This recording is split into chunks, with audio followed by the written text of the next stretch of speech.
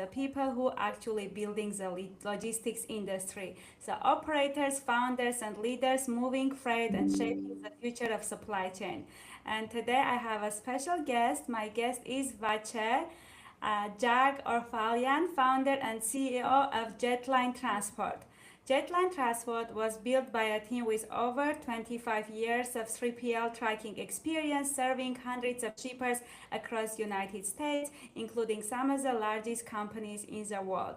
But what really stood out to me about Jack is his leadership philosophy, balancing high performance logistics with strong company culture and even embracing AI to push the industry forward. So, Jack, welcome to the show. Thank you very much. It's a pleasure to be here, Lita. It's pleasure for me too. And how is it your day going Thursday? My day's going very well. It's the world of logistics, so you never know what you're gonna get. It's like the old Forrest Gump saying, it's like a box of chocolates. So, Exactly. but it's going really well. I'm really excited. I think the future is looking bright for the industry overall as well. So, That's amazing. So should I call you Vache or Jack? I always prefer to be called Vache, but it's usually Jack is usually there for the people that struggle with it. But since you're Armenian, maybe you could just call me Vache. Yes, exactly. So, Vache, tell me, you have been in logistics for decades, right? What first pulled you into the freight world? Yeah, I went to college and graduated in 2009, and I studied civil engineering, as a matter of fact. But something was telling me that I was always going to look for something else. And I lived in Southern California at the time, and when I would go on the road, I would see so many trucks on the road. So I would always tell myself, there's so many of these things on the road, there's got to be some money in it. And so I did some soul searching in 2010, 2011. I really started to try and find my way and my direction. And I wanted to find an industry where I determined how much I made. I worked in the engineering field. They were paying me about $20, $25 an hour. And I didn't like being told what to do as well. So I said, I need to find something that I can determine how much I make. My effort is going to tell me how much I can make. And I went into the financial services industry, and I didn't really like how much it consumed you. And when I came into the transportation industry, just being able to deal with trucking companies, truck drivers, being able to deal with customers and the relationship aspect of things, I found my home when I found the industry. And the way that I found it is I just started asking around, and I found a friend of a friend who had his own company. And he asked me if I had any experience. I said no. He told me it was a full commission job. I said, that's fine. I trust myself. I believe in myself. And I got started off extremely slow, just like any other freight agent. And eventually just things really started to take off for me, and it got really exciting. That's amazing. What stood out for me is the part that you said there should be some money in this. This is like your Armenian blood talking, I guess, right? Because I can relate so much on that part. So, Vacha, tell me, starting a logistic company, of course, we all know it's not easy. And what vision did you have when you founded Jetline Transport, transitioning from agent and building your own company? Yeah, we didn't start out with the agent model. We transitioned into it. However, um, when I started the company, I had a vision that I really wanted to create something special and something unique. When we first started, the name of our company was Alkaios Transportation. We rebranded to Jetline Transport, and the meaning of Alkaios is it's the Greek word for strength. And Mm-hmm. so we wanted to redefine strength of service, and we wanted to really change the narrative about what brokerages are out there. There is a narrative about us, and we wanted clients and customers to really feel comfortable, as well as carriers who are also our customers, to really feel comfortable working with a third party company and knowing that they're going to get serviced properly. And also, this industry gave me the opportunity to change my life. I I came from nothing, so it really gave me a chance to build something from scratch. And I wanted part of the reason I started the company was I wanted to pay that forward. I wanted to give others the opportunity, the same exact opportunity that the industry gave me. And I really do my best to empower our people and give them the opportunity to build something unique and something special for themselves. And so that was really part of the vision coming into it.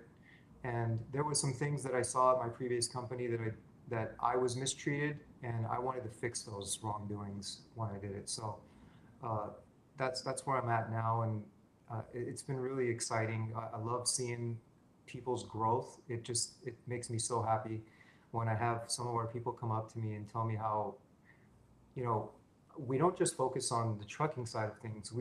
I try to encourage people to stay focused on every aspect of their life, whether it's being a great business person, whether it's staying focused on your mental and physical health, being a good family person. That's really, we encourage an entire lifestyle here. Yes, that's amazing, Vache. You Thank you. have a great mission, and I think that you have been doing amazing so far. So, you have served hundreds of shippers, right? What do you think separates companies that last in logistics from the ones that disappeared? I think consistency is definitely one of the key elements in this industry. I know that you have a lot of experience of moving a lot of freight in this industry from what I know after speaking to you. But you know, there's always freight brokers are always looking for a way to differentiate themselves. And Mm-hmm. I think staying focused on building a unique relationship is obviously very key. But at the end of the day, service wins. And when you're providing excellence in all that we do is one of our company's core values, integrity, transparency, and respect. So when our customers see that and they feel that, see no real reason to go a different direction, and they really appreciate it, and it's really gone a long way, and it's really spearheaded a lot of our growth. And I think uh, using our company's core values and mission statements and vision has really it's really stood out for both our people and our customers. And we hire, and we don't really have to fire, because when we talk to our people and we ask them, hey, would you say that you are representing our company's core values? They usually end up fizzling themselves out. And not a lot of, it's not happened with a lot of people. It's only happened with a few. So um, you know, I wish I could tell you there was a magic wand and like, hey, this is what you do and you're going to get shippers. But I think consistency is key, staying persistent and just finding the right people that you can create synergy with, because there might be somebody that I have synergy with or that you have synergy with, but the other person doesn't. And at the end of the day, when you're working with the right people and you have synergy with them, I think it goes a long way. I agree. Like matching even with personality, right? With the customer, it's so important. Yes, for sure. So, one thing that stood out to me from your post on LinkedIn is the culture you have built in your team, which you mentioned a little bit. I even know that for New Year you gave them some statue. How important it is in this high pressure industry like freight to have culture. I think it's very critical, especially in today's world with the way that things have gone. You know, I feel like ever since COVID kind of came about, the world has changed. Not just our industry, but the way that business is being operated has changed. And I think when somebody can feel appreciated, it really goes a long way. I know that when I was an agent and I would get recognized for my performance, it would make me feel really good. And so um, I think that my part of my mission is treat people so well that they don't want to go anywhere else. And that's really part of what I want over here. And I don't like to force anybody to stay here, and I don't like any force anybody to leave at the same time. But I do everything I can to create unique experiences. I'm not sure if you've ever read the book Unreasonable Hospitality by Will Guidara. If you haven't, it's an amazing read. I would encourage anybody that's in the services industry to read it. But one of the things that he taught me reading that book was just creating a very unique experience for your people, for your customers, and the relationships that you have. And when you can create those unique experiences, it just creates this unbelievable bond. between Mm-hmm. you and everybody else. You know, I saw that what you did with going to Cancun, Mexico with some of your people, and I thought that's so cool. And Yeah. I have a very similar vision for our company. As a matter of fact, that's it's something I told our people, like, hey, we're going to set a milestone, we're going to put it together so that we all go and meet somewhere. And then I saw that post afterwards. I was like, there's some This is affirmation a there. confirmation, right? Yeah, there's Yes. some confirmation right there. Exactly. Yeah. And I love that. And congratulations to you for that. Thank you. Thank you, Vache. Yes, it was really amazing. This has been my third year that I went to this annual event, and this time was the first time that it was out of the country, so it was definitely an amazing experience. I even extended my stay, for extra day to have like full vacation, because who wants to come back from Cancun on Sunday, right? So I'm like, I'm gonna come back on Monday. That's awesome. So yes, that's Sometimes you amazing. got to That live a little. yes, exactly. So you recently shared a story about your daughter that kind of touched my heart, saying that she loves you have having as her dad. How do you balance building a business and being a present father? I also know that you just had your third baby. Congratulations Thank you on the very third much. one. Yeah, it's definitely a difficult thing to navigate around. Um, I think you have to put your own personal needs aside sometimes. And you know, there's the younger version of me that wants to go out and hang out with friends and do certain things. But at this point, I really have two friends. It's my business, my family. You know, that's it.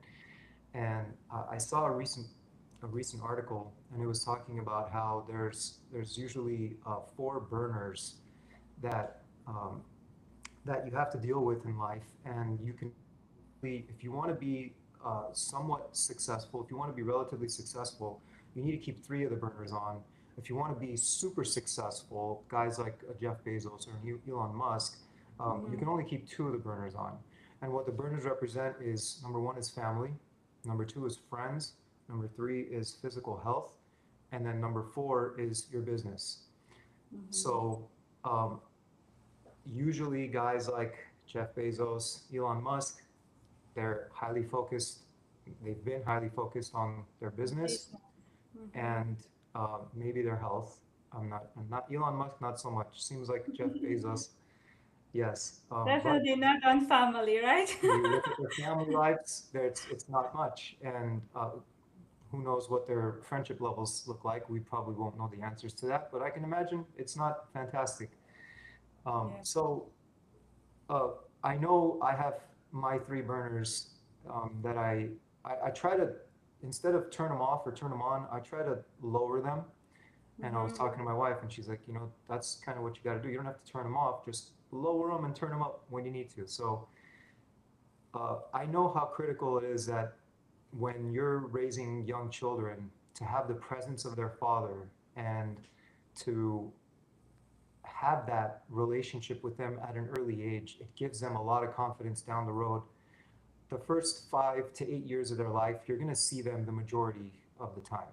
But once they start hit 8 to 10 years old, I mean, you have two kids. I'm not sure how old your kids are, but um, Yes, mine are once under 8, so I know what you are saying. They're once gonna they get grow up. older, the less you start seeing them. Mm-hmm. But to really answer your question, is my focus is our business. At the end of the day, that's what keeps several jobs. And you know, if you got to sleep a little less, you got to sleep a little less. But maximizing the time with everything that you're doing, just doing everything with efficiency and making an effort to just have those relationships. And I think putting your own personal needs to the side a little bit. Yes, sacrifice in one word, right? Yeah. That's amazing. I love the analogy of burners. I have heard something similar, but not like burners. It is very interesting to dim it a little bit down, right? And then when it is needed to make it like stronger, I guess. Yeah, Yeah, it's absolutely. difficult as a business owner to keep a balance, especially having friends and family and business and physical health, yes, 24/7. It's not enough, even 24 hours, if you want to do everything like perfect, but we just do what we can, like at that moment, right? The best we can. For sure. Yes, so Vache, you have worked with some of the largest shippers. What do major shippers actually want from logistics partners today? And I know the answer is not pricing, right? Well, of course, that's something that you're always going to have to deal with. But the way that you handle it, I think, is going to impact whether or not you're going to get good business or bad business.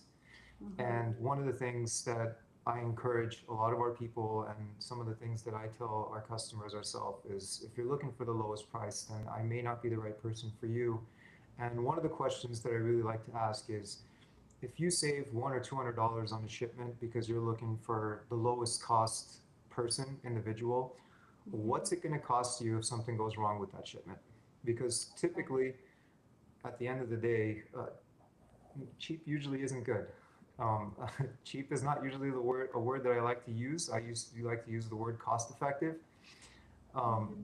but at the end of the day, if that's someone's focus, like if I'm having a meeting with one of our customers and really the only thing that their focus is on is price, then I usually won't really continue the meeting. I'll just be like, you know what, I don't think that this is for us, because I've been down this path before, and if price is what you're looking for, then chances are you're going to end up coming back later on and wanting better service. And there's usually three levers that we can pull, right? There's how fast do you want it? What's most important to you? It's speed, cost, or service, right? And you can usually have two out of the three. Um, but I think that our technology, I have a custom built transportation management system. It's enabled a lot of our people to operate with speed. And that's one of the biggest things, is speed and relationships for us, that has really helped work. Exactly. I agree. If, they just want good pricing, it just doesn't work that way, right? Especially if shipments minimums they cost $100,000, and just saving $100.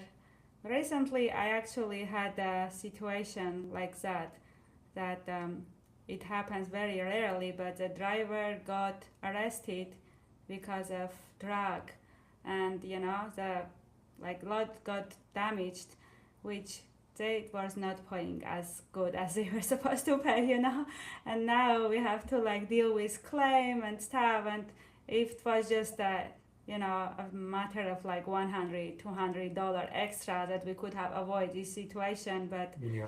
now we're gonna like have damaged freight and claim and unsatisfied customer on both sides, which it was not worth it, but it And you look at happens, the time that they're going to have to spend going through that process, just like you exactly. said, just to save $100 or $200, and then now you're looking at legal fees, attorney fees, and then of course your own personal time and energy and the level of stress that they're going to have to absorb going through that process.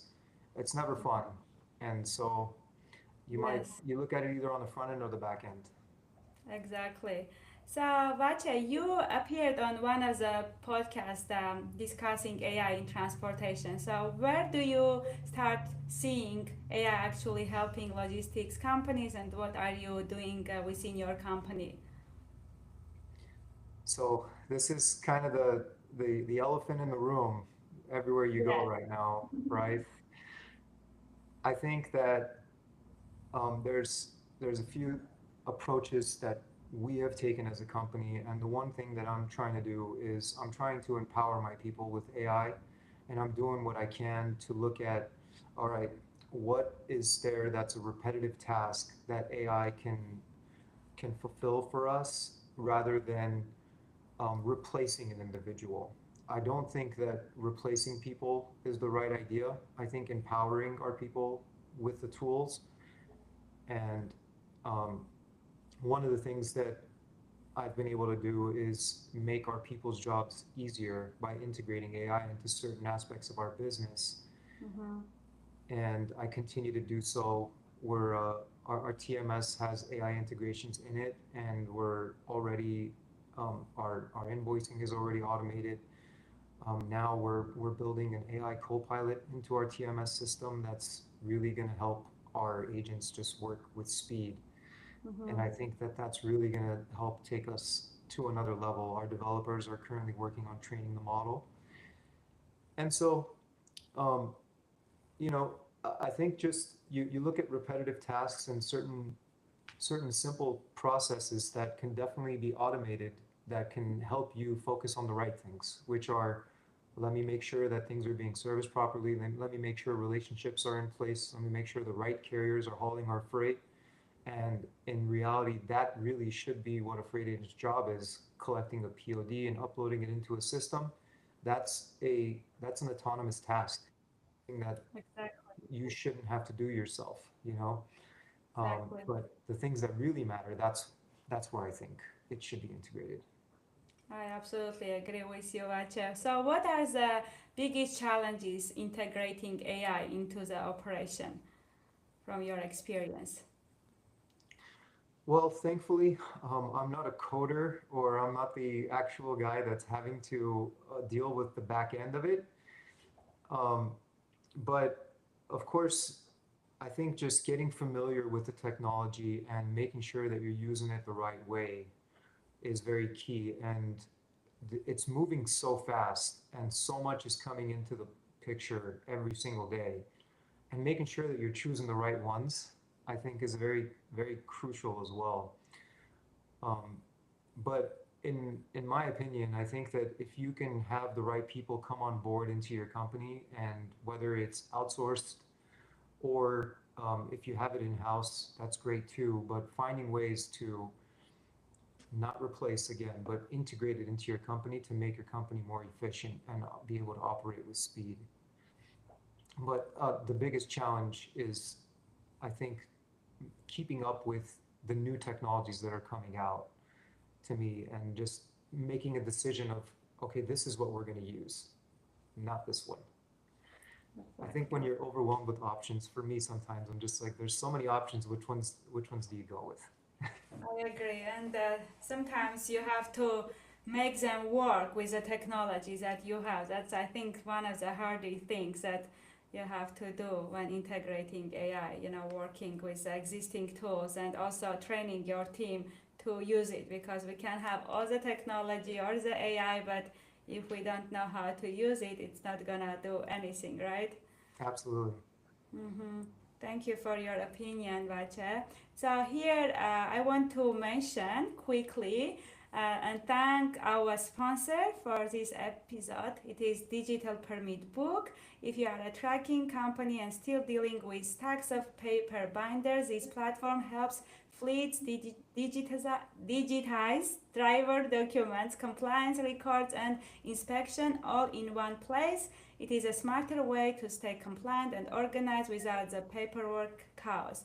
So you can check them out. It is digitalpermitbook.com. And now let's jump back into the conversation. I have some rapid fire question for you, Vache. Are you ready? I'm ready.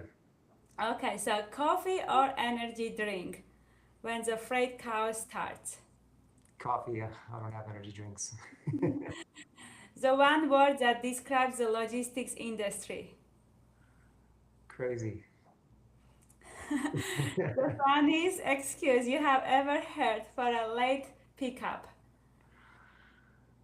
or Oh man, delivery. I've heard so many. That's a tough one. I have a doctor's appointment. Yes, that's a common one, right? Also, Yeah. if you weren't in logistics, what job would you have done? I think I would have been a realtor. Nice. So, one thing every shipper secretly cares about the most. Sorry, can you say that again? One thing every shipper secretly cares about the most.